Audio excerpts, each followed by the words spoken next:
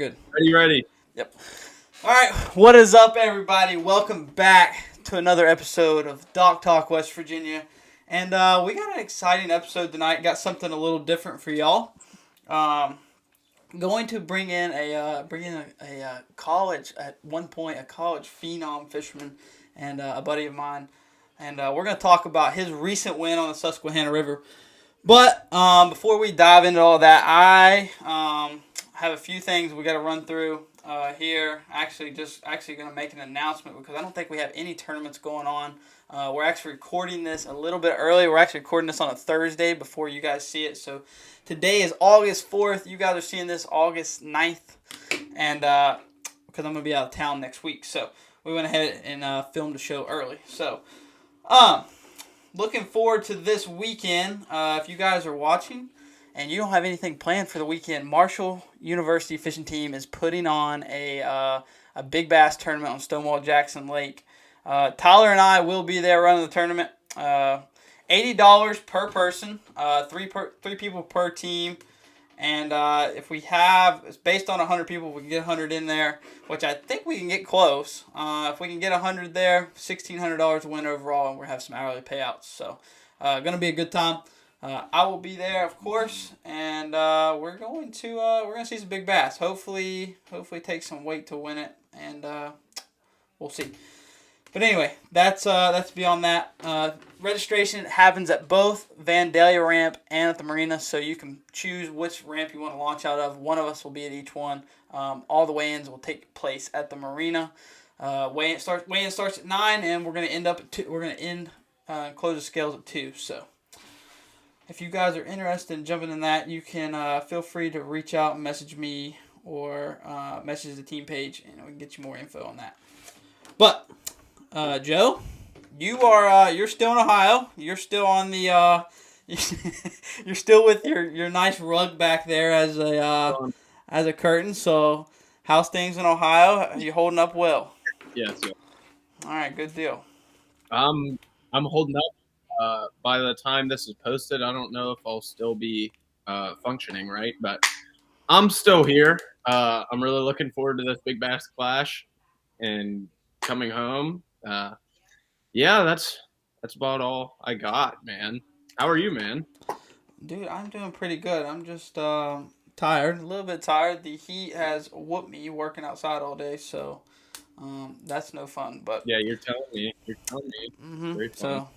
But man, listen, we got an exciting show tonight. We're gonna jump right into this because I don't want to leave them hanging there too long. So we have some stuff we're gonna talk about. I want to dive into some stuff previously on some college fishing, and then we're gonna talk the Susquehanna River, and then we'll talk some other stuff towards the end of the show. But dude, should be pretty fun. Let's bring him in now. So we will bring in our guest. Nolan Miner, everybody. Nolan, what's up? Hey. Hey. Well, man, we know, and most people have now seen this now. Won 10 grand over the weekend on the Susquehanna. And I told everybody a few weeks ago that I wasn't going to champ chase. And that's not my thing on here, but I felt like this one might be, we're not really champ chasing because I feel like all the other podcasts have got to you before I got to you. Yes. Yeah. I've been invited on a couple. Just a couple. But I wanted to point this out. Yeah. So I saw that you're throwing up on the Ike Live show this weekend. So if you guys are watching, this be posted on Tuesday, so the Ike Live show already happened. I just want to make it known that I beat the Ike Live show here. So just let them guys know that. All right, man. So I wanted to, before we dive into Susquehanna, I just want to talk a little bit about college fishing, kind of your journey, kind of how you ended up where you're at now. I know I've been, friends with you for a long time and, followed your whole college fishing career ever since I started college fishing. And, man, so tell me a little bit about your time at WVU. I know you had some success over there, had quite a bit of success, made a name for yourself. But man, tell me about WVU and your whole experience there. Yeah, so I fished at WVU for 4 years when I was there. Did well on the college side of things, fishing at WVU. Gosh, I the first when I first got started at WVU, I didn't even know if I was going to be fishing in college. I had fished in high school, and right before going to college, I got second place in the high school national championship at Kentucky Lake. I think they might have finally quit doing them there, but that's where it always used to be. And when I did that, I was like, man, maybe maybe I can hang with these boys. Like maybe I should pursue this. And that was still when I was under the impression that you go to a college team, college bass fishing team, and they got boats running around everywhere, free boats. They'll put you up everywhere. You don't have to pay anything, which is not the truth. Yeah. Um, and You learned that so pretty when I quick, didn't you? very, very quickly, I was like, oh, okay, like, Yeah. not that great. So yeah, I was under the impression that if I got to fish in college my freshman year, I was going to be somebody's fishing partner, just jumping in the boat with somebody, and that's hard because even if you're pretty good, it's hard to convince the guys that are already there that you're any good when you're just a freshman and nobody knows you and you're not even from West Virginia. Hmm. But what ended up happening is my parents got me a little V-hull tracker, aluminum Yep. tracker. Yep. I think it was a 95 boat with a 97 motor, I think. Is No, wait. Y'all 75 still? I remember seeing the pictures. Y'all still have? It's, Do y'all still have the it's boat? I think yeah, I think so. Ewing has had it down there at school. I don't know. It lasted for a while, and like I was rough on it, but Ewing is way rougher on it than I am. So Yeah. I don't know what the current state of that boat is, but it served it served us very well in its time. And I don't mean to not sound grateful by saying I don't even know what the condition of that boat is, but trust me, that boat has seen some fish and has seen some interesting places. Um, Yeah. yeah, so I Yes. started out fishing in that boat, made some championships out of that thing freshman year, and then my sophomore year was by the time I was starting to understand, like, okay, yeah, the boat doesn't matter. You can catch them out of an Hmm. aluminum rig that barely has a trolling motor on it. But these boys are starting to run around in like $80,000 rigs, and they're kind of doing laps around me. And there was a tournament I fished in Alabama where I met my buddy Josh Butts. We were on Lay Lake, and we were both running up the river on Lay to catch them. And all I can remember is that he had his weight every day before I got there. Not kidding. And he was going further than I was. Um, Yeah. and he won the tournament. And so that was kind of like I was realizing, all right, like, I'm going to make it work, but maybe at a little bit of an equipment disadvantage. And so my parents ended up getting the Stratus that everybody knows and is Yes. familiar with. The And that famous came, Stratus. yes, the Sutton Lake Stratus. The guys on Sutton are familiar with that boat. Yeah. Yep. Very familiar. Very That boat's familiar got with that one. Yeah. Um, so yeah, and started fishing out of that thing. Did really well. Got a second place at Pickwick. Was the first tournament I ever fished out of that. Made the championship that year for Bassmaster. Got third. Made it to the bracket. Didn't win the bracket. Almost won the bracket. That wasn't Very that cool. It close. was cool, but it was also really not It cool. was, well, I know you don't say it's not cool, but it was probably one of the most dope things to watch ever. That was one of the best Bassmaster Live days I have on my list for sure.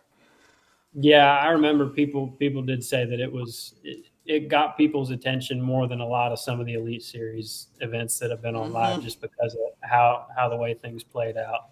But yeah, so had a very good career fishing in college, and then decided I was going to fish the opens after college and fished the Northern Opens last year. Did all right in those. Now I'm here where I'm at fishing in a kayak because the opens are pretty expensive and the world got a lot more expensive over the last recent year or so. And it's treating me well, whatever situation I've found myself into currently.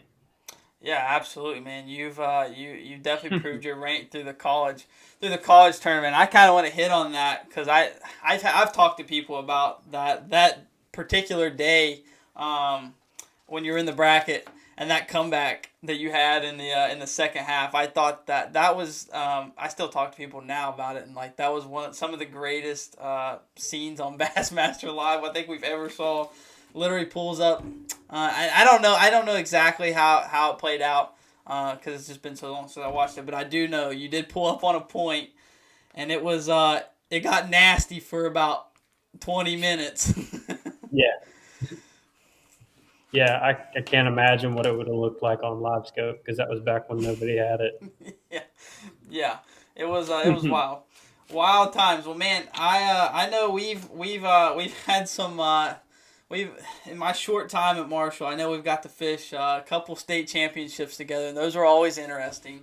The first one we went to.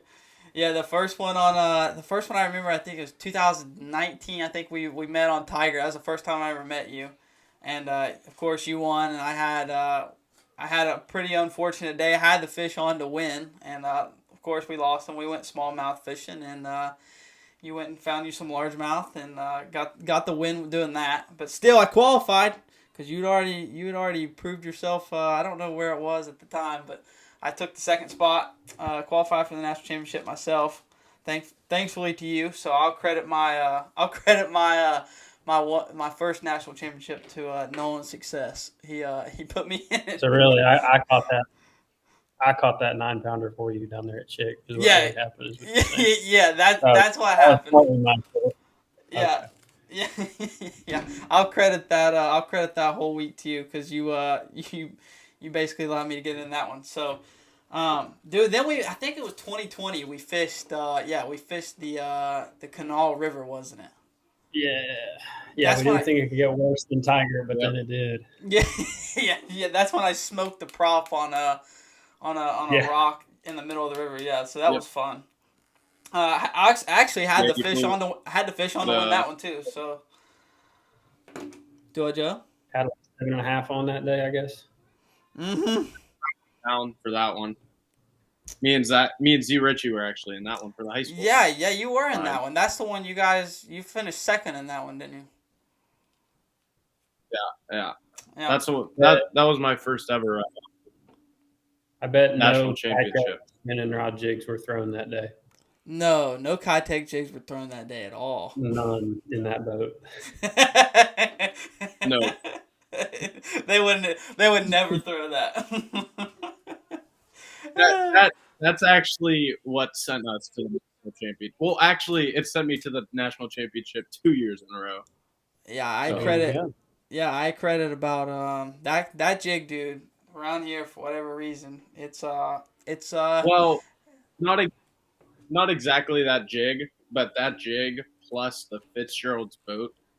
It's just a nasty combination. Yeah, Fitzgerald's. Shout out to Brian and Dylan. Yes. Well, man, we will jump into the. I know you fished the Opens last year, and we're gonna get into that here in a minute because I got some questions on that. But man, we're gonna get into the Susquehanna. We had Chris on last week. He kind of broke down his tournament for us, and we kind of dived into his whole tournament. But dude, I want to hear about yours. I know I listened to a podcast earlier this week. Kind of got a little bit of a lowdown, but dude, I want to know on your practice and kind of how you approach this tournament. I know there was a couple things that are some key moments in your practice. But dude, I want to hear it from you. I'm sure if the guys that are listening on the show tonight or today that are listening to it, I think they would like to hear this. This is something interesting, something I think that's way out of the box, and something I've never heard before. So I'll let you break it down and kind of run us through practice, and then we'll pick up from there and we'll go to the tournament. Yeah, so the big story from this tournament is obviously the bug. I got one right here. We'll talk about him plenty. But that's what my brother and I got first and second place on, and the bug was equally as important as the whole practice scheme. But yeah, there was a lot of thought that went into this one, and it's kind of crazy how far out I was able to predict this from, because you always have your ideas and your hunches, and you try to formulate a game plan as best you can, but a lot of the time it's a lot different by the time you actually get there, and you end up doing something completely different than what you thought was going to happen, which is fine, and that's part of it. But you always do your homework, and for whatever reason at this one, my homework was spot on. Like I've been like telling people, I'm like, I'm not trying to be cocky, but it was like a month, and I was like, yo, this is what's gonna happen. So yeah, so there's the river smallmouth in the summer when the water gets really clear. And for people in West Virginia, the best place that I have been that I could think of that guys have been in their bass boats would be if you're fishing on the Mon, what is it, Palatine Park? Is that what it's called? Yeah, up the Tiger. You go up the Tiger as far up as you can go. Mhm. You know how in the summer, I mean, well, I guess at all times, but when the water's low up there, every now and then while you're fishing up there, you'll just see like a 4-pound smallmouth swimming around, and you never catch that fish. Like never. He's afraid of everything. So that is the fish that will eat this thing. Like for whatever reason, they can't figure out that the bug is not real. And because, they're used to everything being thrown at them that hits the bottom or sinks. Yep. And so I guess they just have not been fished for enough with a bug type bait that they understand that that's dangerous. Because it's kind of remarkable how a big fish that's very smart and clear, slow, low water will just like swim over and eat it like it's nothing. I would compare it to like when you're up on the St. Lawrence in the spring and you throw a Ned rig at a fish, like how quickly they'll go and eat that. That's how the big smart fish act with this bait. But yeah, my idea on it was just, I have a buddy who guides on the New River in Virginia. He also goes into West Virginia a little bit, doing raft trips for smallmouth. So I talked to him like a month before the tournament. I was like, hey man, I just want to pick your brain on the summertime smallmouth and what y'all usually do, what works, what doesn't, yada, yada. And he was telling me that obviously topwater, this guy, Chapo, Berkeley Chapo in all sizes, is obviously always a big player on summertime smallmouth in the rivers when the water's low. But he said, hey man, like I'll take, 5 or 6 trips in a week, and 5 of them will be spinning rod and 1 will be fly rod. And on the spinning rod days, we'll catch 40, 50 fish easy. And the biggest one will be, 17, 18 inches out of all those guys, catching 40, 50 a day. But then I'll take the fly guys out for one day. We catch 10 fish, 5 of them are 18 to 20 plus inches. And they're eating bugs. They throw cicada patterns. He was like, you might not catch a bunch doing it, but if you can figure out how to kind of tap into that, it's a really good way to catch a big fish, especially when it's fish that are, in water that it's kind of hard to catch them any other way. So what I did, do what? No, go ahead. What I did is first I bought some of the, I was going to take a fly rod. But then I got to looking on fishing online, and I saw this thing and I was like, why not have to use a fly rod? Let me just buy some of those and see if those will work. Because a fly rod will work, but you're just not you can't like spot one and then like, what am I going to pick up my fly rod and strip off 30 feet of line so I can, double haul and throw it over there? Like, yeah, if you're only fly fishing, it'll work, but you got a whole bunch of other rods in the kayak with you when you're fishing. Yeah. So find a way around that. Plus, I don't imagine it's going to be easy to try to pick off a moving smallmouth with a fly rod either. If you know how to do it, it's not that bad. It's just a slower, get a slower process between spotting him and getting the bait in front of him. It's really not that bad, especially because with a fly rod you can keep false casting. So if he's moving, you just wait until you're in. But anyway, that's not important. I took it on a river in Virginia. Took this bait out to test it a week before the Susquehanna just to see, because I'd never fished for bug smallmouth or anything before. I kind of understood the idea behind it. Found a bunch of big ones in a big pool with hardly any current. They were really skittish. You throw a 4-inch wacky rig at them or a Ned rig or something, and you get a couple of them to eat, but for the most part, they were pretty skittish. But then you take this bug and throw it out in front of one, and he just cruises right up to it, gets underneath it, noses up on it. You shake it a little bit or give it a twitch, and boom, gulps it. And I was catching like 18, 19-inch smallmouth like it was nothing. Really, really easy. So I was like, all right, this is going to be something that's probably going to play up there at the river as long as we don't get any rain. And I knew that because of how big of a river it is, there was no way that we were going to get enough rain that it was going to change that. So my next step was to look at a map and go, all right, where's going to be the best areas that are going to have the right kind of water that sets up for this bite?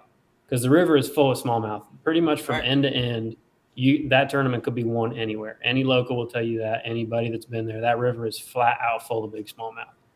but I just needed to find somewhere that had the right water for what I wanted to do. A bonus to that is that these bug fish are not going to get caught by Joe Schmo going down through there with any old bait because they're smart. And there were a lot of Joe Schmoes floating down through the river. Mm-hmm. You know, you get 200 kayaks up there. Everybody, you know, there's probably people that have their stretch picked out, but they're there for 3-4 days of practice. So they're going to go hit stuff probably with no intention of ever practicing there. So they're going to yank on them. You know, guys do that Yeah. anyway. You know, they sting too many fish in practice. And so the area that I picked, I was like, all right, well, for one, it's going to be harder for people to get in there. There's no way to float through where I went. To get there, you have to paddle upstream for a while, or you have to drag your kayak for a good ways over gravel with about this much water over top of it. So I knew that would discourage some people. And then also the fish that live there, since it's slower water, were going to be a lot harder to catch. So even if a bunch of guys went in there and practice, all they were going to do probably is just chase the fish around. You know, they may catch some of them, but they're not going to really catch most of those fish and actually, you know, make them gun shy. Because if you catch a fish, he's probably not going to bite 2 days later. Not a big one. So went in there the first day of practice. There were more fish than I thought there could have been. There was a lot of big fish. I was pretty blown away. And I tried to bug some and they ate it. And I was like, all right, you know, like I'm going to keep practicing other places, but for me to go anywhere else, I'm going to have to find something really, really good. And I didn't find anything better. And yeah, so I was just, at that point, all I really had left to do was twiddle my thumbs, And just try wait. to eat some food because I was all nervous because I knew what I was on. I was really freaked out. And just hope for some sun because the sun is really important. When you get sunlight, those fish really go out and look for bugs. Like you'll actually see them cruising. I'm sure y'all have seen it on hot summer days, Oh like yeah. middle of the day when it gets real bright, they'll turn jet black and they'll just be cruising. You'll just see, sometimes it'll be a wolf pack of them, sometimes it'll be one fish, but they'll be just cruising around doing their thing. Yeah. And do what? Go ahead. What's wild is, dude, is like you purposely set out. You said, okay, you know, there's 200 in this. I'm gonna go access the toughest water I can find, and you know, try to get away from the whole field. Which, you know, it sounds easy to do, but in certain cases, you know, you take a big gamble when you do that. Mm-hmm. Yeah. Yeah, it worked out, you know, because we're at a point where fish get pressured so much, regardless of the body of water you're on, Yeah, whether you're on a big absolutely. popular lake or a small local lake or a river like I was on. I mean, the fish just, you know, fishing pressure is probably half of your tournament plan. You It's know, you half the really got to, battle. yeah, that's half, yeah. Outsmarting the other fishermen is half the battle. So for me, typically the remote stuff doesn't work anymore. Like going up some creek, Yep. going off the wall, running farther, making a long run. That stuff to me does not work anymore. But this required more effort. And that to me is, you know, because anybody can drive a bass boat 30 miles one way. Anybody can Oh idle yeah. up a creek. But in a kayak, if you got to work physically to paddle up the river or drag the kayak, that's going to be discouraging to people. So that was the main reason I was confident in people not doing that. Now, in your area, did you have it all to yourself, or was this kind of a place you were sharing with a few other people? Oh, there were other Yeah. guys in there Yeah. for sure. But like I said, these were not fish that Joe Schmo was going to catch. So I Right. was Yeah. pretty Yeah. confident being around other guys, knowing that they're probably not inflicting the damage that I am inflicting. Because Ewing actually, in his, you know, my little brother got second place in the tournament. Yep. He was having a tough practice, and I was like, hey, man, you need to get this. Like, here's a couple of the bugs. This is what you need to look for, yada, yada. And he was like, I think I'm going to go here. And he showed me on the map, and I was like, yeah, not going to do that, buddy. Like, we're both real smart. You know, he knew exactly what Yeah. Right. that was the best stuff. And I was like, look, man, like just downriver of me, this stretch right through here looks good. You should check that out. I think it could be really good. Because I knew there were enough fish for both of us to have a good tournament. Like, I'm not going to say no doubt, but I'm pretty confident that had we shared my area, we both would have got a top 10. But I don't Yeah. think we would have got first and second. We would have split Right. the fish up too much. And I was like, man, we'll stand a better chance to do great if we each find our own fish. Because I was like, I know there's going to be guys in there with me, but it's not you. You're not in there with me. Like if you're in there with me and we're both beating on those fish, we're going to, mess them up. Right. And so, yeah, he found fish that he may have even been on more fish than I was. I don't know. We were both around a lot of fish. And yeah, and he didn't even, like, this bait is so good. He didn't throw it until the first day of practice or first day of the tournament. Like he didn't He make just a cast. he never even fooled with it. I had two of them, and like they're kind of, they're not the most durable things in the world. And so I was like, well, man, like this is what you look for, and you throw it out in front of one, and you give it a little shake, and they'll eat it. And then the first day, he's like, "Oh yeah, man, like I'm getting them." He was super confident. Dude, But I it's mean, just isn't it just crazy that you can just throw like just wild stuff like that, just I mean, you never even think that like had you not made that phone call, you would have never even thought to even throw something like that. Like, you know what I mean? Like you would have just been like, you would have walked past in the tackle store and been like, dude, ain't nobody buying that. You know what I mean? Yeah, like that's just one of those. Stupid. Yeah, it's just one of those things where sometimes if you could think outside the box and realize what's actually going on, you can capitalize on it. I think it's so cool because I always feel like, we're at a point where our fishing, everything is so advanced. It's like, what's the next bait going to be? Like when something new comes out and it actually works and it's something really different, it always blows me away. I can't remember what the last big breakthrough was. Maybe like the mag draft. I don't know. But, just stuff is shockingly good. And it's a bait that, all of a sudden becomes kind of a household item among fishermen. And I'm always sitting there like, nah, we know everything. Like there's not another bait. And I know some guys have been doing this, but like, and there's going to be guys that claim, oh, I've been doing such and such 10 years. I'm like, well, but I just want 10 grand on it. And now I'm going to let the world know, because this is something that, like, if you win a tournament on something completely off the wall and new, like, yeah, I could keep it to myself, but yeah, I think it's way cooler to share it with everybody. Yeah, dude, and that's that's something cool, and obviously you do taking we'll go down that here in just a little bit, but the YouTube route, you kind of can't hide it, you know what I mean? Especially when you're trying to do something like that, it's kind of hard to hide that. But yeah, the bug blew my mind whenever because I didn't know about it until I saw some posts on social media after the tournament. I know you had posted one of the fish on Tourney X with the bug. I think it was still on one of the rods, but I didn't catch it. I looked through the fish, but I didn't catch it. I wasn't looking at. I wasn't really paying attention to it. But yeah, dude, that's wild. That something like that just popped up, and it makes you wonder. Like, I wonder how many baits are out there that we generally as fishermen will just walk right by in the aisle, but would actually probably stand a chance and actually be some type of bait that would be like that would stand out from the others, in the case like you have.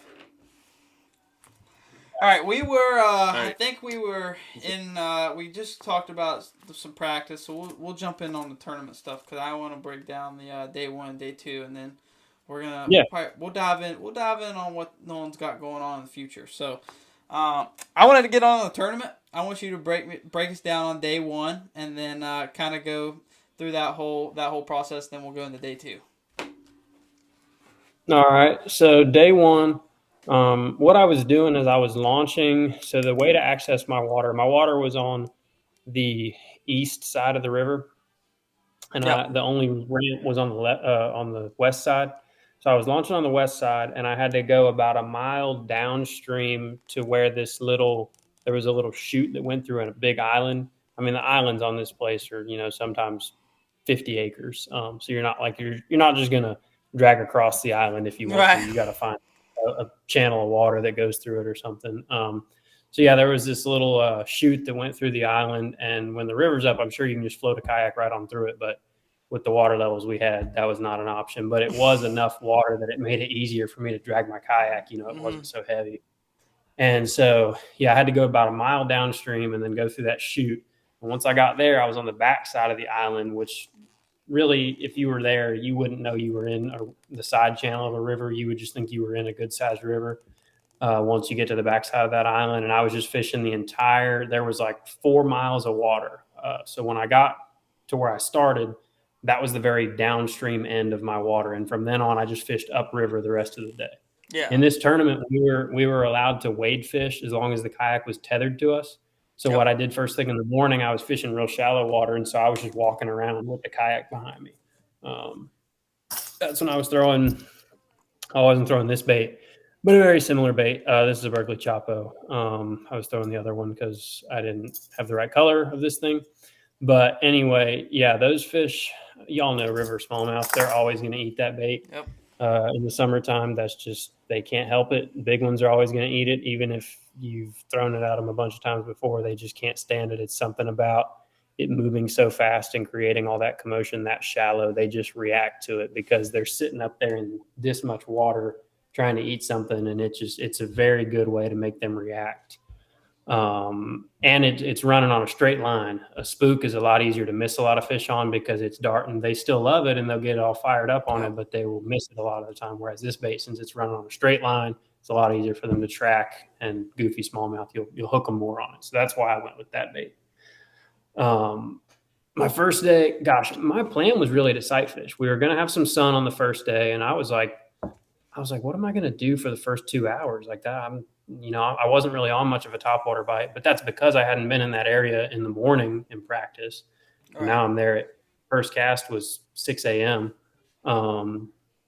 So I was just going to fish topwater stuff near my good stuff and hope that I'd get a couple big bonus fish first thing in the morning. Well, I catch the biggest one I caught the whole time on my first cast on the topwater, and I was like, all right, probably going to keep doing this. and I proceeded to catch, I don't know, I had 93 inches at 7:30, yep. And I was just smashing them. 93 inches, I don't know, that's probably like 17 pounds of smallmouth. And it happened very, very quick. And like, not only am I catching these fish, like there's other big ones rolling on it and missing it. I'm like walking up the river and they're shooting off, waking in every direction. I'm like, I don't know how there's this many fish here right now, but I'm not questioning it. And I'm really glad that this is where I happen to be. There was just so many fish piled into that place. It was blowing me away. Sometimes, I mean, I can remember one time my bait lands. A lot of times right when it lands, one will shoot over and grab it, like right as you're starting to turn the handle. I'm sure everybody's had that happen. But like, yeah, if you guys, actually, I tell you what, actually, I want you to send me that video. Send me that video after we get done here, and I'm gonna throw it on here because I just want everyone to see whenever he throws this bait out into the river. The bait, no sooner in his, I don't even think it hits the water. The smallmouth waits for it. It's wild to watch. I'll have him send me that, and I'll clip it in here.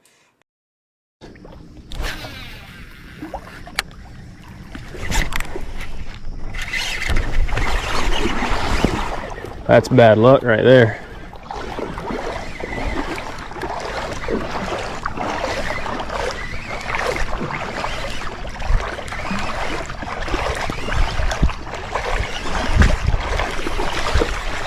Stay on there, buddy.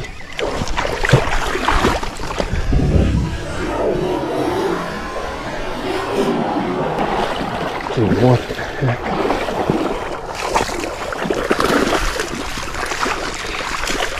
Y'all ever just beach them?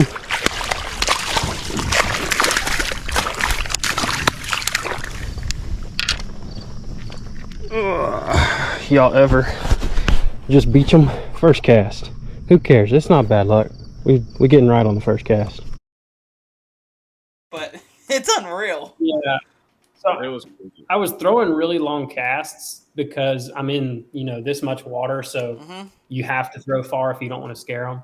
But there were times when it was too far away for the camera to tell, but I can see really well. And like my bait lands and one piles on it, but there's like 4 other ones trying to get it. And you can only tell because they're in this much water. So they're waking, normally you have no way to tell, but my mind is just blown the whole morning. I'm just like crushing big fish and I have no idea what's going on.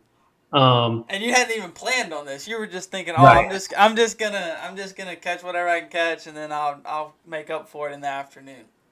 That is 100% what I thought I was going to be doing. So then I have 93 first thing. I talked to Ewing. He's just downriver of me. He's also got low 90s. And low 90s back-to-back is like you're going to get in the top 5 if you do that at Susquehanna River. Absolutely. If you do it twice. no chance that's not happening. So we both were like, wow, this topwater bite's really good. And I was like, well, I'm going to kind of leave this area. I only made one pass through it. And I definitely could have doubled back and kept catching them, but I had freaking 93 inches. Like, you can't upgrade that much from there. Yeah. And those 18s are very valuable to leave them in the river for the next day. So I was like, well, I'm just going to kind of explore, maybe try to pick off some big ones. And, just learn more about my area for the next day. Because I was going to have sun the first day, and we weren't supposed to have sun on the second day. And so a lot of it was going to be like me having to mark boulders in my phone, because these pools are so big, you're not just going to be able to remember where the boulder is at. Because if it's not pushing up a boil or something, like, you literally would have to mark it on GPS or something to be able to approach it without scaring them. You know what I'm saying? Like, come up and make that right cast. So I was going to do that, just mark some stuff so that the next day, if I wasn't able to see, I could still go around and throw at those isolated targets where those fish were, where the better fish were sitting. And I ended up, the sun came out well enough that I was able to see these fish well enough that I could be like, no, that's an 18-incher. I'm not going to catch him. Like, I need him for tomorrow. And then I'd see one and be like, oh, that one I'm going to throw at. Like, that one's going to help. And I caught two big ones, 19 inches. So, I mean, on the Susquehanna, those fish are probably heavy threes. Yeah, absolutely. But I caught back-to-back. I caught two 19-inchers. And at that point, I'm like, all right, now I really don't know what to do.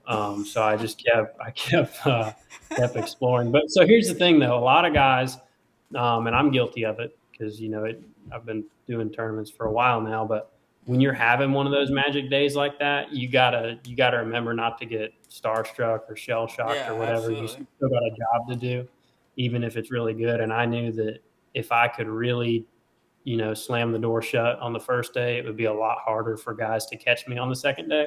Right. Because, I mean, even though you're catching all these big fish, once you get to that low 90s on the Susquehanna, it's really hard to start upgrading, half inches, quarter inches. Those are very, very big numbers once you make it to that top of the leaderboard there. So I knew that if I could just keep inching my way, that it would be that much harder for guys to catch me in a second. And you didn't want to burn up all the the other fish that would have helped you get there on the next day. So correct. So what I did, something I haven't actually talked about it. I think we may have talked about it on Bailey's show for a little bit. But another trick I had up my sleeve, I don't know if y'all see it happen in West Virginia, but in the rivers, you'll have carp, and the smallmouth will follow a feeding carp and wait for him to kick up crawfish and stuff. And so in practice, I had seen a couple. And if there was a smallmouth with a carp, he was 18 inches plus, like, no doubt. It was never small ones. And it would literally just be one carp with one smallmouth sitting with him. Anybody that's ever saltwater fished, it's like a redfish following a stingray. Exact same situation. So that's what I tried to do with the rest of my afternoon. And I didn't find any with the carp, but what it helped me do was rule it out, because I felt like that area could have potentially been a good way to catch a big one. But I was able to eliminate some water for the next day, which is really good. I knew that, like, okay, instead of having this whole 4 miles be part of my game plan, it's only 3 now. Once I get to the top of that third mile, I'm coming back, which people don't realize how important that can be. Because the next day I had said, well, let me just run up here real quick and, I'll just keep working my way. But then after the day one, I realized, that would be entirely a waste of time. I'll go ahead and attest to that. I fished my first kayak tournament there a few weeks ago, and we decided 10 miles was going to be a good idea to try to float. Well, that was a terrible idea. I learned really fast that that what you want to do is try to break it down in about, like you say, about 3 or 4 miles, because there is no way, unless you have some ripping current, that you're going to make it 10 miles. So learn from my mistakes, y'all. Listen to Nolan. He knows what he's doing.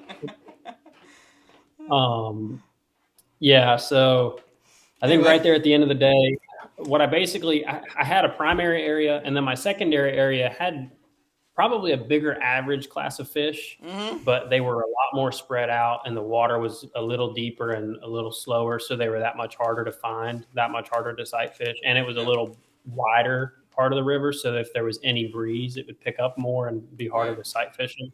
And if you weren't sight fishing them, you just weren't catching those fish. Like they were way Right. too spread out. You know what I mean? You've probably been Mm-hmm. in scenarios like that. So I knew that really I could catch, even if I couldn't tell how big they were, I could catch fish up there because I probably wasn't going to be able to do much with them on day 2.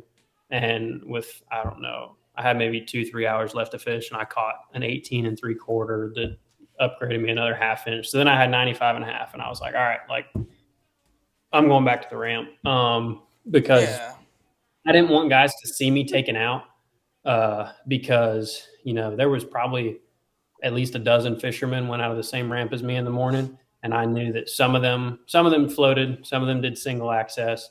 And then I'm sure there were guys that started somewhere else and then moved to that ramp throughout the day because we can move as many times as we want. Right. And I knew that if I show up to the ramp and there's 2 guys there or 1 guy there that knows who I am, then those guys all figure out, all right, well, the leader is here. And it's not that anybody has any ill intentions, but you get back to the house. Oh yeah, the leader launched with me today, man. He smashed him. I saw him this morning. And then you get there the next morning and all of a sudden there's 30 guys there, and it's just, so that's why that was my biggest reason for leaving early, because if I didn't think that was a possibility, I would have just gone to a completely different area and tried to catch another big one. Like I've lost before, close margins, and I was not going to let that happen. That's why I was so mad at them on the first day, because people were probably surprised that I kept catching them and kept fishing for them. But if you want to win, sometimes you got to be hard after it. And, so I got off the water, I don't know, maybe like an hour early on the first day. And go ahead. Do what? Go ahead. So going into day 2, and I'm gonna kind of pick your brain on this, because we had a similar situation. Me and Dylan had a similar situation a few weeks back, and it kind of got me thinking about how you're catching those fish. But we'll go into day 2 first. But I want to pick up on that. So going into day 2, you got the lead, obviously. So kind of run us through your mindset going into day 2. I know you had I don't know how much of a lead you had. I can't remember exactly, but you had I think, what was it? It was about 1 inch or about 2 inches, right? I think it was close to. Yeah, I thought it was a couple inches. Second place had 93 something. I'm pretty sure. So run us through the second day, and then I'm going to kind of pick up, and I got some questions about how you're catching them too, because I have some similar situations. Okay, so day 2, my plan was just to do the same thing. Also, something interesting to point out, after day 1, so there was only 1 guy that saw me go into my area, do my little access through that island, and doing that really, if somebody else saw me going in there, like that kind of gave away exactly where I was fishing at. You know what I'm saying? Yeah. Especially since he knew I wasn't doing a float. He knew I was single accessing, which single access just means you put in, you fish around, and you end at the same.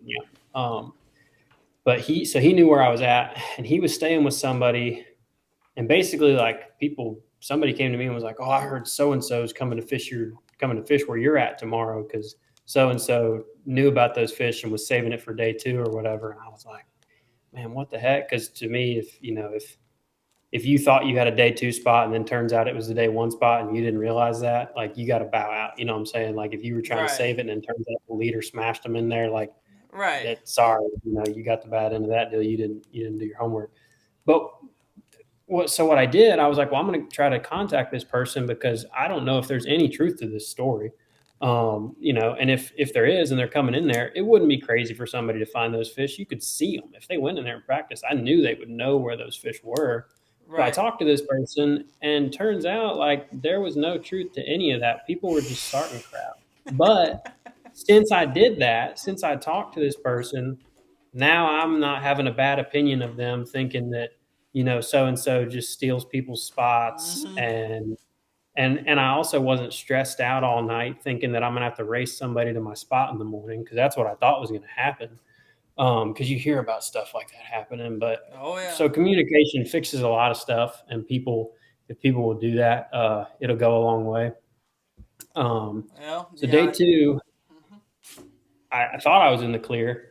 And then I'm going towards my chute, and I start dragging through, and I'm turning around. There's nobody behind me, and I make it like halfway through. It's about a 500-yard drag. I'm like halfway through, and I turn around, and there's somebody kind of lingering back there behind me. Like I can see him, and he's kind of just like meandering real slow. And I'm like, man, is that guy trying to come through here behind me and just hang back to where I don't see him? So I just leave the kayak and start walking towards the guy, directly towards him, because I'm like, I'm just going to talk to him and see, what's up. And it was Mr. Second Place. It was the guy who was right behind me. So I was like, now it's getting spicy. But no, so here's the thing. I talked to him and I was like, hey, man, like, are you coming through here? Like, let's just talk. Because if we're going to be around each other, it is what it is. You fished here yesterday. The winning fish are in the same, like it's not surprising at all. The top two guys are close to each other. And so he was like, well, hey, man, where I've been fishing from here to here. And I was like, all right, well, I'm just going upstream of there. So you can come with me to access this way because it'll be easier. You won't have to go all the way around. You come through here. As long as you stay downstream, I'll leave your water. You leave my water, same as yesterday. No harm, no foul. And it was fine. And there was no issue at all just because we talked it out. Yep. But had it not been that way, then I maybe would have been fishing all freaked out, looking over my shoulder all day, trying to see if somebody's, going to my stuff. So communicate with people on the water.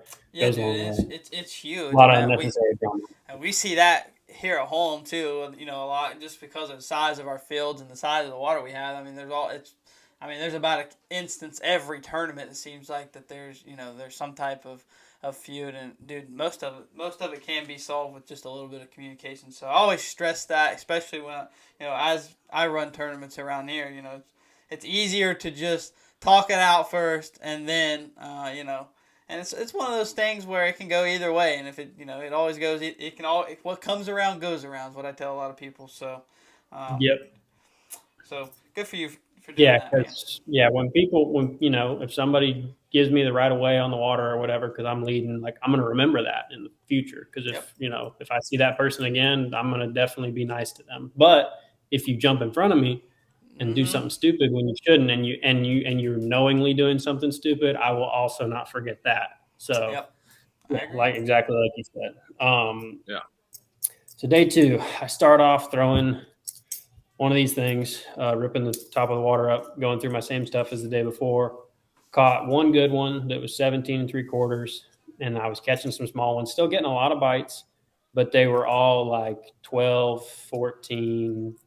Not the fish that I wasn't even measuring them, which is kind of bold to do. But I knew that morning bite was so important, right? That even though it's risky throwing them right back, it actually makes sense to do it because I'm fishing instead of wasting time measuring a fish. Because it's not as quick as slap a 13-inch smallmouth on the board and snap his picture. He doesn't hold still. That's not really what they do. That's not their. Well, we had this conversation not too long ago. So it's like one of those things. It takes time to take pictures of them and get correctly, because it's just like they don't want to. They're wild. Mm-hmm.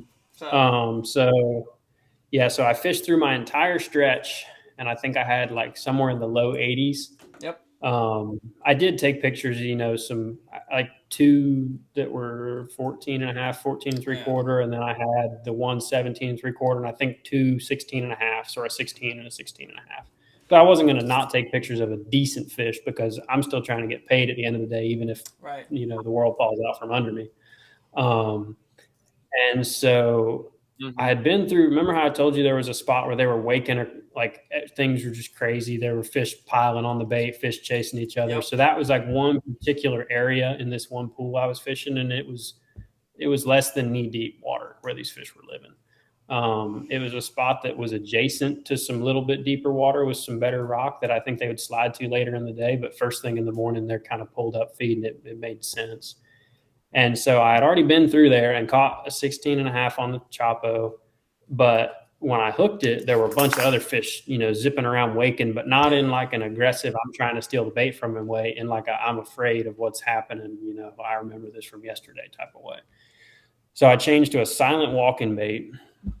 Really good for schoolers. Evergreen makes it. That's all I'm going to say, though, because I don't really have any affiliations with them, so there's no reason for me to promote their stuff when I'm already giving them so much free publicity. Silent walking baits can be really good when fish are being finicky and they're in low, clear water, especially when they're eating shiners and stuff. I'm sure y'all see that a lot in West Virginia where they're schooling and they don't really like to commit to stuff.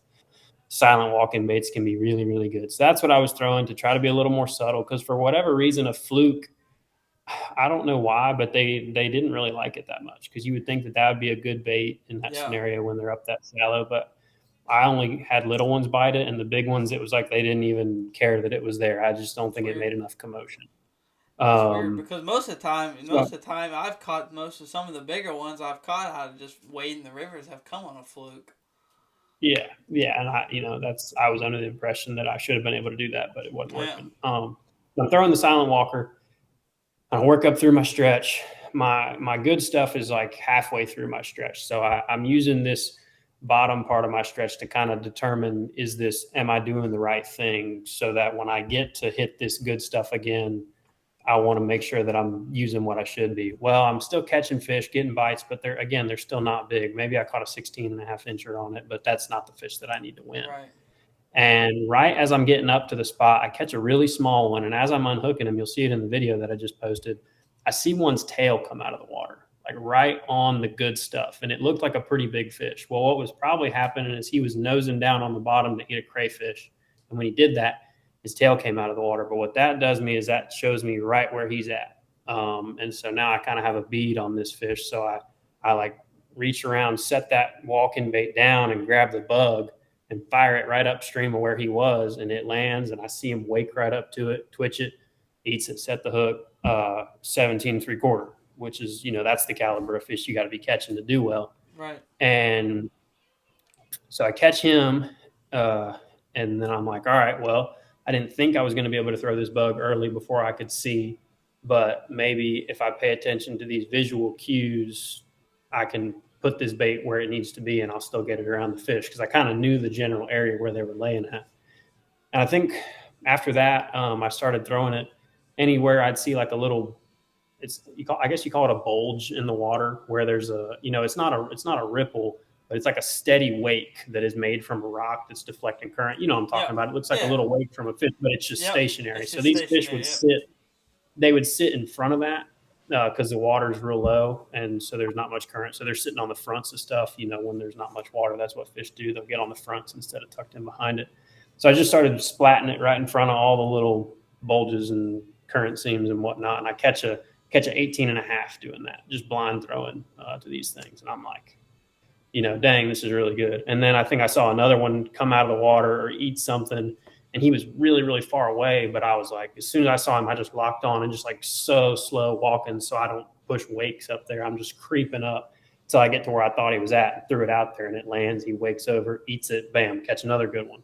And so then I was like, all right, well, I'm not throwing that walking bait anymore. Like, this bug is working early in the morning. And now my confidence is like through the freaking roof, because I knew that throwing the bug was the way to get those bigger than average bites and trick those older, smarter fish. And I thought that I needed sun to do it, but I did not. And so I think I got up to 91 inches. It's still in my same primary area, probably before 10:30. I'm not sure. And then the sun pops out, and I'm like, all right, you don't have to make it this easy on me, but here we go. And so I grab the kayak and go up to my sight fishing stuff, and I start busting them pretty much right out of the gate. And I was catching a lot of 17.5-inch fish, which are great fish. And when you're catching fish that size, it means you're doing the right thing. You know what I mean? Like catching a 14-inch doesn't tell you much, but you're catching fish like that, you're doing the right thing. So I was very confident. I talked to Ewing, my brother, and he's smashing them too because the sun popped out. We're both like calling each other, like, man, they're jumping all over. There's fish running everywhere. We were very confident. We're having a good time. And so I saw a really big one. But when I saw him, I can't remember if I had like just hooked another fish or I was unhooking another fish, but he figured me out. He saw me, but it was a real big one. And a lot of times those shallow smallmouth, this is something you'll know from up north too, they kind of have a home territory that they'll be roaming in. I was like, you know what, I'm going to go through this little stretch. I'm going to come back through again because it's day 2. So I'm, not trying to leave anything. But, so I come back through, I get about where this big one was at, and I see him. And I throw the bug to him, and I can't remember if he came and looked at it and didn't eat it or if he just didn't like it at all. But I throw at him 2 or 3 times. He doesn't get it. Another bait that I'd been throwing to sight fish was a 4-inch wacky rig. And so I get the bug out of there and take that wacky rig. And the problem with trying to throw like anything that sinks at these fish is you got to get it way out in front of them so they don't see it land. Right. They don't hear it splash. you got to get it way out in front of them. And then when they cruise up to it, you just wiggle it on the bottom. Y'all know what I'm talking about. But I was able to get it way out in front of him, and he came up on it, ate it, and I caught that one, and it was a 19. So at that point, that was the last upgrade I made for the day. I kept catching fish, but didn't catch any that helped. I mean, I kept smashing 17 inchers the rest of the day, but yeah, that was it for me. But I think it's important to note that, yeah, I had some magic bait, but my biggest fish came on that wacky rig because I was ready to switch quick. You know, Right. I literally had that thing sitting in my kayak with the bait hanging off the rod tip for if I needed to switch and go. Cause you know, you're not just going to see one and follow them around. There's clouds, there's breeze, you know, when you see them, you gotta act quick. So And I sight want fishing. to I want to know whenever you said you mentioned it there. Whenever your brother you're on the phone with your brother and you're saying, oh, they're everywhere, they're just biting like crazy. At that point, were you thinking, okay, he might have a chance to catch up here? Or is that like what was going through your mind whenever you had that phone call? Yeah, no, he was definitely doing really well.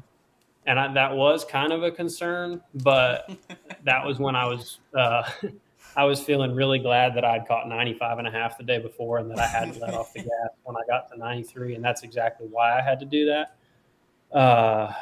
He lost a lot of fish that day. I don't know that he had all the fish hooked to beat me, because he says there's a good chance he did.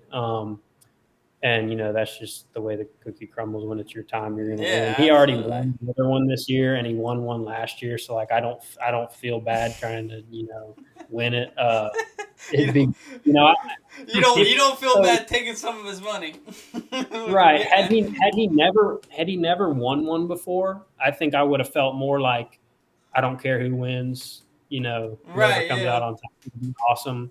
But since he had already won 2, I was like, nah, I want this one. Like, you can get second, but, you know, I'm trying to take this one. And honestly, I think he kind of felt the same way. Like, he wasn't going to let up, because that's not what you do. You don't bow out, especially there was another guy right behind us, so we had to make sure we beat him. But, yeah, I was on the phone with him at one point because I had to drag up through this long riffle, and I can't fish in it because it's too shallow. I was dragging on rocks. So I'd call him because I was bored. And I'm talking to him, and he hooks a big one while we're on the phone, and he catches it. It was 20 inches. And I'm like, I'm pumped for him. And I'm like, oh, that's awesome, you know. And he's like, all right, I'm going to get off the phone, measure it, and whatever. And then, like, I keep walking. I'm like, man, that's awesome, but I hope he doesn't catch too many more of those, because that'll put me in a bad spot. And, you know, I mean, that's just fishing. And, you know, we're obviously benefiting way more by sharing information and whatnot. Absolutely. But I'm sitting there thinking, like, man, if he beats me, you know, had I not told him about this bug or done any of this, like, it wouldn't have happened. But, you know, it worked out the way that it works out. And that's, you know, you're going to benefit. Listen, if you're gonna lose anybody, I think you'd rather lose to your brother than the rest of the field. Oh, for sure. And I'm definitely in the school of thought that you will benefit from exchanging information with your friends and fellow fishermen. Absolutely. Because you don't need to worry about one guy. You need to worry about the rest of the whole field. You know, absolutely. Like, that's what I always try to tell people. Like, if it's a college tournament, if it's any large field tournament, you're going to benefit so much more by sharing information, because the odds of you saying, hey, I'm catching them on, you know, laydowns that are on the main lake, and you got to have a clay bank. You telling that to your buddies and him going, all right, you know, in my part of the lake, let me check that out. And then maybe he figures out something else that's similar that he can you know, he figures out another you just kind of bounce ideas off of each other. The odds of him finding the same trees you're fishing are so low. You need to be worried about, there's probably 10 guys that are going to be fishing the same trees as you, and he's not one of them. You know what I'm saying? Like, just the way the numbers are, it's crazy to me that some people have a hard time sharing information with their friends. I agree. Because the people who are the best, they're networking with other good fishermen. And so for instance, I already said, me and Ewing, if one of us has something really good that we're wanting to start on, we'll say, hey man, this little area right here, if you just leave that for me, you know, anything else fair game. But I want to start there. I want to have, you know, first crack at that. And we've always respected that. And anybody else I've shared information with, that's the same way. But if you're being funky and not sharing information, and then you both show up at that spot on the first day, then you're both frazzled mentally, and it's going to hurt you. Yeah, I totally agree. It's just communication is key, dude. And Super important. I've seen it in the college tournaments, even myself. Just I've roomed with different people too, and sometimes it's burnt me, and sometimes we've worked. Sometimes I've worked with some of the people I've roomed with, and it's worked out pretty good. But um, well, man, I gotta ask you a few questions before we hop off here because we're running a little late. But man, tell me about the bug. Tell me where people can get these. I know you were kind of plugging them where they could find them in one of in the podcast I listened to earlier this week. So let the folks know because I'm sure there might be a couple people looking for them after they listen to this. Yeah, so here he is. That is an evergreen gizmo. This one, I think, is green pumpkin. Green pumpkin and black pretty much look the same. I like the darker colors. However, Ewing caught them on a white one, so the presentation probably matters more than anything. Yeah. And also, you could probably paint it or Sharpie it. I know that it does have a weird coating on it, so you might have to find something a little more potent than a Sharpie because we tried doing that in practice and it didn't work. But Fishing Online should have them in stock by the time that this podcast goes up. So please check them out. I've been trying to get them to order as many as possible. I know that they got an order in immediately after the tournament. I asked them how many they got, and they told me the number, and I said, no, we need more. And so I think they've at least made 2 orders. Hopefully there will be enough for everybody to get some. Yeah. And I know that Tackle Warehouse doesn't have any good colors. Tackle Direct was the other place that had them. They don't have any good colors left. So Fishing Online is probably going to be your place to get the bait if you want it. I would recommend it. If anybody knows of another bait that's similar, let me know because I don't know that there's anything else on the market out there right now. And I'm hoping that maybe I can work with somebody to make one that might even work a little better than this one at some point. That'd be awesome. Well, man, I want to know. I know you're doing the whole YouTube thing, but I want to. I would just kind of want to know what's the plan for the YouTube and what's the future of that. Yeah, I wanna really try to make YouTube work. For me, from what I've experienced, because I've been jumping all over this fishing industry for the last few years of my life, I feel like YouTube is a really good way for a guy to make it. Bass tournaments are so expensive. I love to fish. I don't really care what I fish for. I'm never going to not fish tournaments, but I do know that fishing tournaments and trying to put all your eggs in that basket is a really good way to run out of money. And I could kind of see that happening for me. And that's why I've kind of changed directions for now. The Hobie series is awesome because shoot, look, I just made 10 grand, didn't have to put gas in a boat, and my entry fee was $265.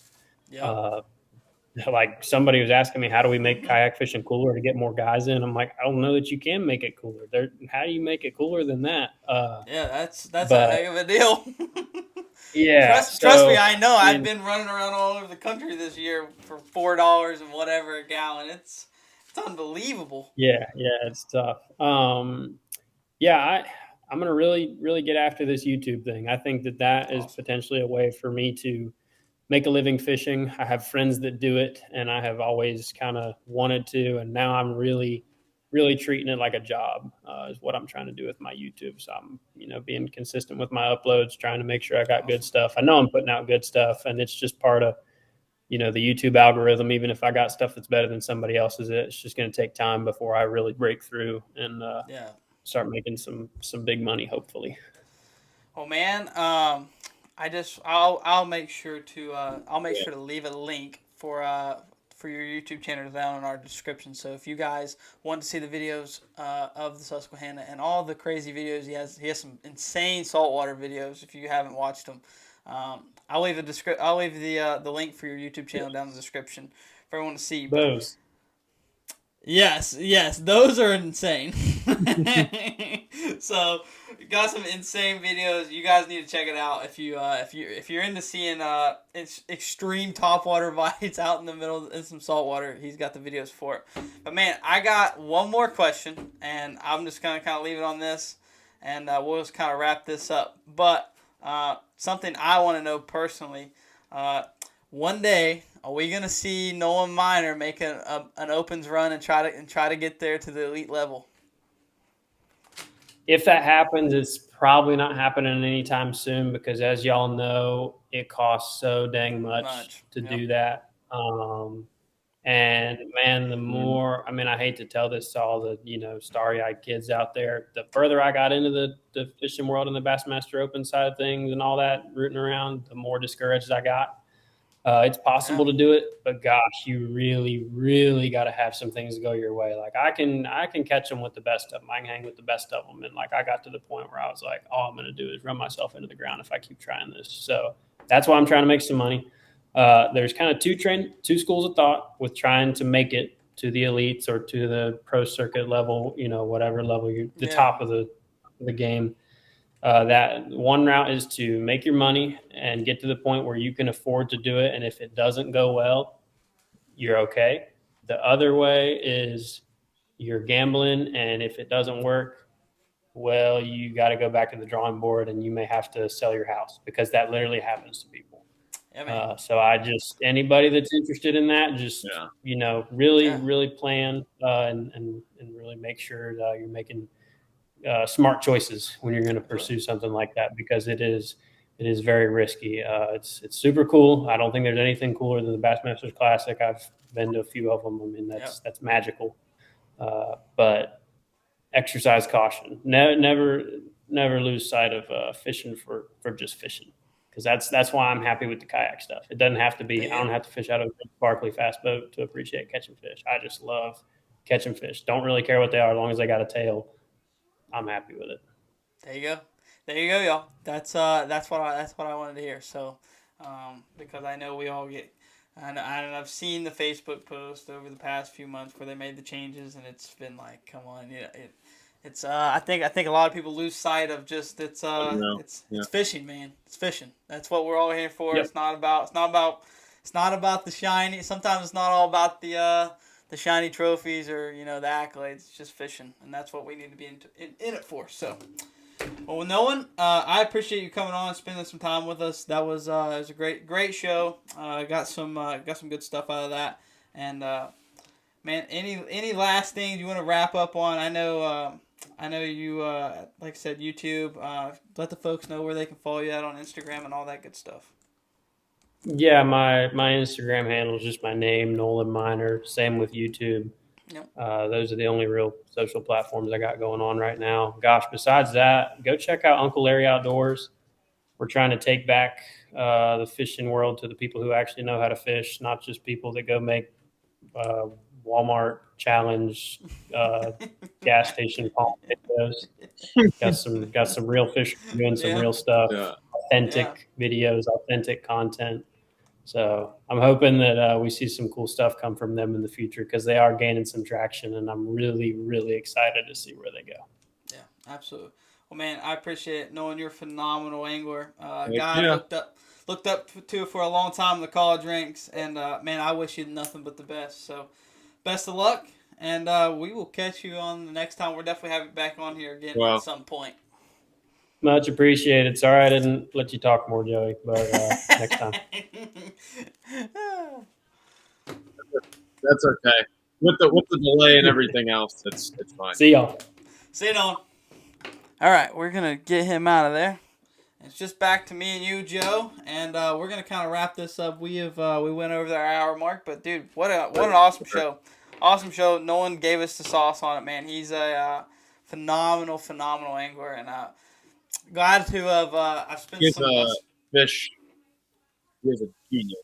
Yeah, he's definitely has a different way of thinking about fishing, and man, I'm glad to have competed against him a few times. So, well, Joe, let's wrap this up. Anything you want to get out there before we move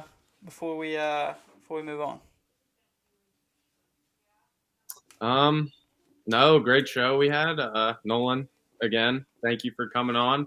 Our viewers, thank you for everything and supporting us through this journey we are doing. Other than that, see y'all on the water. Yep, and just like that, we're going to wrap up show number 41, and we're out of here. We'll see you on the next one.